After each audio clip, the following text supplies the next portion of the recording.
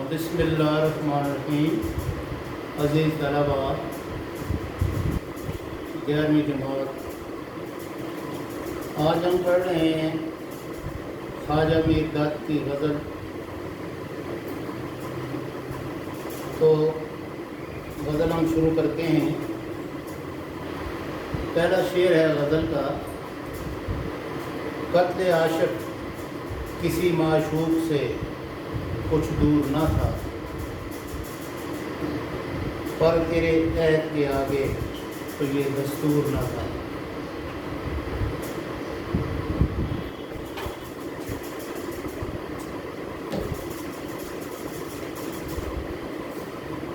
شاعر کہتا ہے کہ عاشق ہمیشہ محبوب کے ظلم و ستم کا نشانہ رہا ہے۔ کہتے ہیں کسی عاشق کو قتل کرنا، جان سے مارنا کسی بھی محبوب کے لیے یہ کبھی بھی مشکل نہیں رہا۔ اب قتل کرنا یا مارنے سے مراد کوئی چھری چاقو یا کوئی گولی نہیں ہے، بلکہ جدائی کے داغ دے دے کر، یعنی اسے ہجر کی جو جلن ہے یہ سزائیں دے کر عاشق کو محبوب قتل کرتا ہے۔ تو کہتا ہے کہ محبوب جب چاہے اپنے ظلم و ستم سے عاشق کو، چاہنے والے کو جب چاہے اس کی زندگی لے سکتا ہے، قتل کر سکتا ہے۔ لیکن میرے محبوب، تجھ سے پہلے یہ دستور اور رواج نہ تھا۔ تو نے آ کر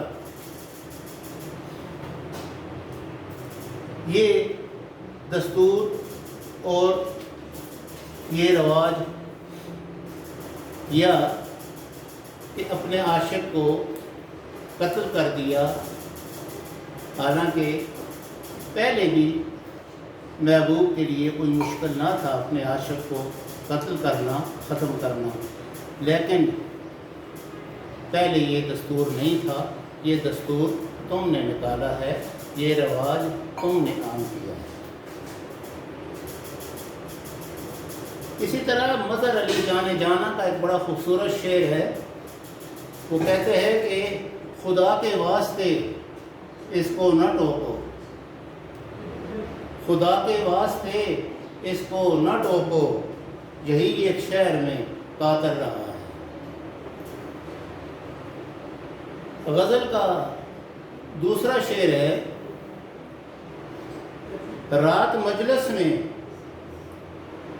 تیرے حسن کے شعلے کے حضور، شمع کے منہ پر جو دیکھا تو کہیں نور نہ تھا۔ شاعر اس شعر میں اپنے محبوب کے حسن کی بے انتہا تعریف کرتا ہے۔ کہتا ہے کہ میرے محبوب کا چہرہ پر نور اتنا حسین ہے، اتنا خوبصورت ہے کہ اس کے حسن کے مقابلے میں شمع کی کوئی حیثیت نہیں ہے۔ یعنی کہ جس مجلس میں، جس محفل میں میرا محبوب بیٹھا ہو تو اس کے حسن کی تابانی اتنی ہوتی ہے کہ وہاں پر کسی قسم کی شمع کی ضرورت نہیں ہے۔ تو یہی بات اب شاعر اس شعر میں کہہ رہے ہیں کہ رات کو مجلس میں، محفل میں، جب میرا محبوب برا جمع ہوا، وہاں بیٹھا مجلس میں، تو پھر شمع کا جو رنگ تھا وہ پھیکا پڑ گیا، یعنی کہ میرے محبوب کے حسن کے آگے شمع کی لو، شمع کی روشنی، شمع کی چمک کوئی حیثیت نہیں رکھتی۔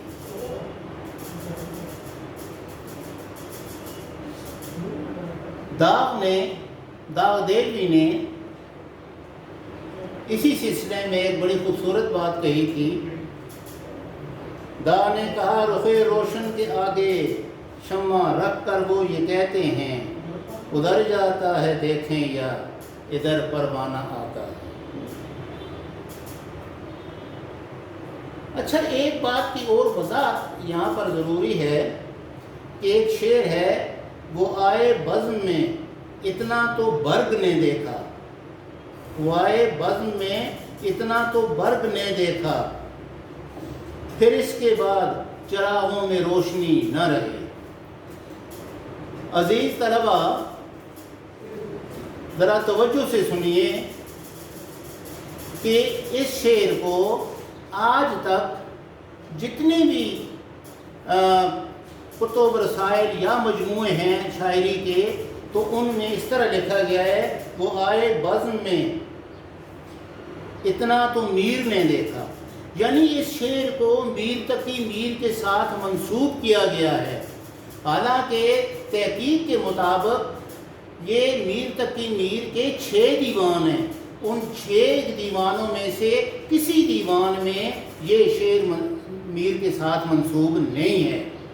لیکن طلبہ، آپ کو ایک اچھا مشورہ یہ دیا جاتا ہے کہ اگر امتحان میں یہ لکھنا پڑ جائے تو آپ میر کے حوالے سے ہی لکھیں گے، کیونکہ یہ شعر واقعی برق کا ہے، لیکن یہ اتنا پاپولر ہو گیا ہے کہ جو ممتحن ہے آپ کا، تو وہ برق کا نام سن کے آپ کے نمبر کاٹ دے گا، حالانکہ یہ شعر میر کا نہیں ہے، لیکن آپ نے میر کے حوالے سے ہی لکھنا ہے۔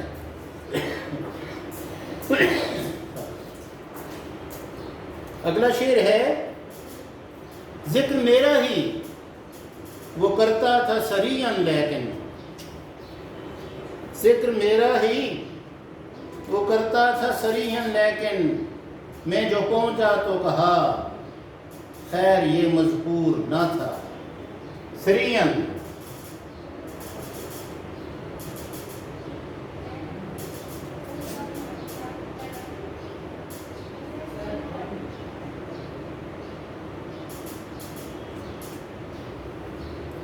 یعنی سریعاً واضح طور پر شاعر کہتا ہے،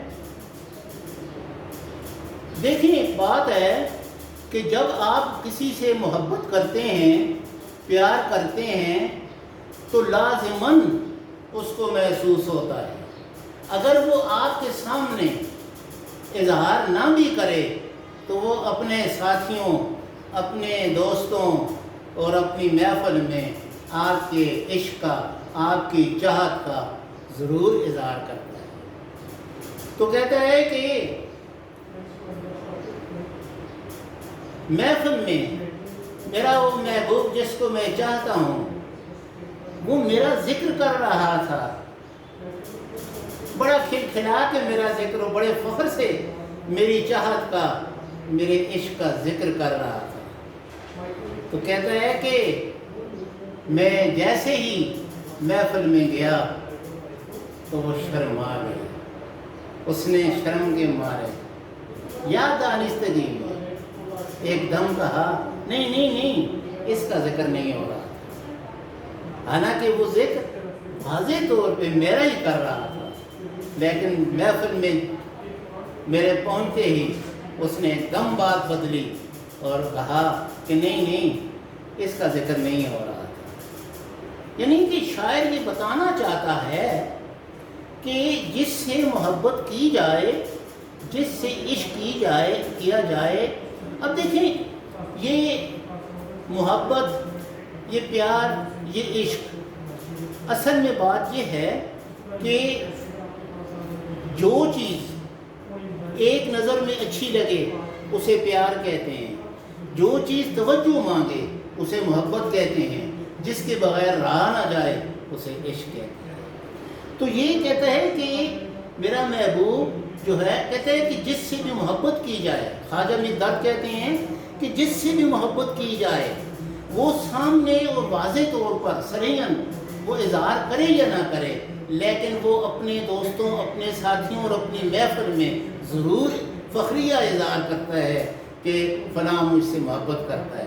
تو کہتے ہیں اسی طرح محفل میں میرا ذکر ہو رہا تھا، میرا محبوب بڑے فخر سے میری باتیں کر رہا تھا. کہتے ہیں کہ جیسے ہی میں محفل میں گیا تو اس نے کیا کہا، میں جو پہنچا تو کہا خیر یہ مذکور نہ تھا. جیسے ہی میں محفل میں گیا تو ایک دم اس نے بات بدلی، ایک دم کہا کہ نہیں اس کا ذکر نہیں ہو رہا تھا، حالانکہ وہ صریحاً واضح طور پر میرا ہی ذکر کر رہا تھا.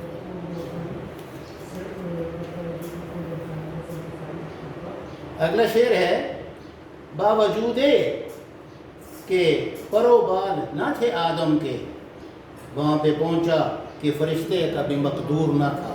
مقدور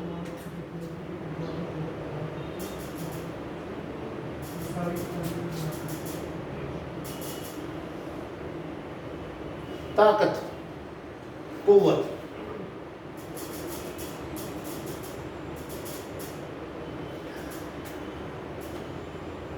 اس شعر میں خواجہ مقداد معراج کے واقعے کا ذکر کرتے ہیں. انسان جو ہے وہ اشرف المخلوقات ہے، یعنی کہ دنیا میں، اس کائنات میں جتنی بھی مخلوق اللہ تعالیٰ کی پیدا کردہ ہے ان سب میں افضل اور برتر وہ انسان ہے. تو یہ اس شعر میں خواجہ مقداد جو ہیں وہ معراج کے واقعے کا ذکر کرتے ہیں کہ نبی کریم صلی اللہ علیہ وسلم کو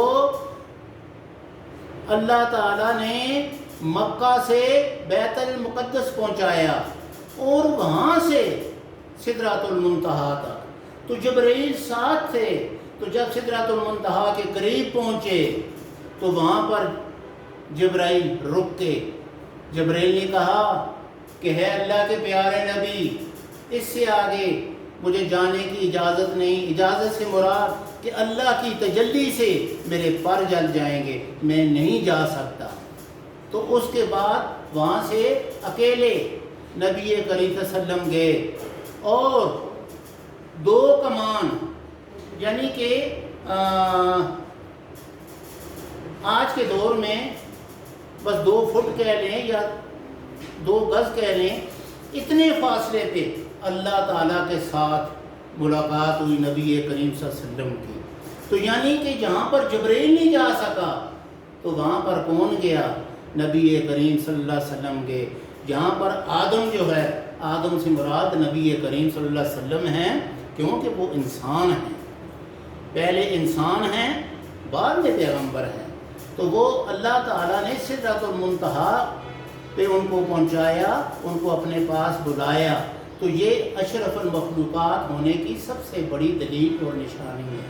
اور تو یہ کہتا ہے کہ وہاں تک پہنچے کہ جہاں فرشتے نہیں جا سکتے. جبرائیل نے کہا کہ یہ سدرۃ المنتہا، یہ جو مقام ہے، اے اللہ کے پیارے نبی، یہ میں یہاں سے آگے نہیں جا سکتا کیونکہ اللہ تعالیٰ کی تجلی سے میرے پر جل جائیں گے. تو وہاں پر کون گیا؟ اللہ کا رسول، اللہ کا نبی، اللہ کا پیارا، اللہ کا محبوب، یعنی نبی کریم صلی اللہ علیہ وآلہ وسلم وہاں پر. عزیز طلبہ، اگلا شعر ہے، پرورش غم کی تیرے یوں تئیں تو کی دیکھا، کوئی داغ نہ تھا سینے میں کہ ناسور نہ تھا.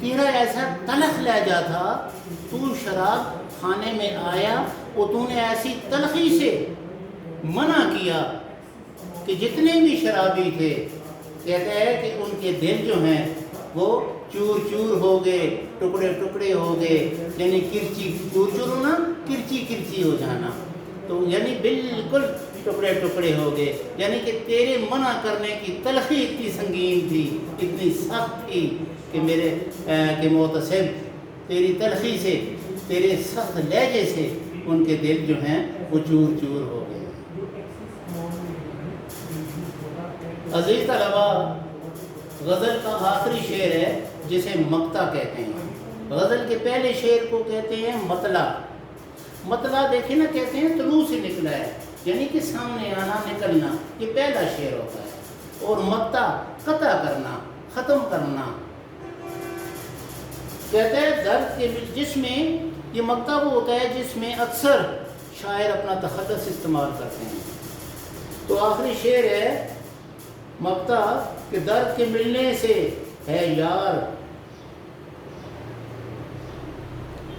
درد کے ملنے سے ہے یار، برا کیوں مانا، اس کو کچھ اور سوا دید کے منظور نہ تھا، دید کے دیدار کے۔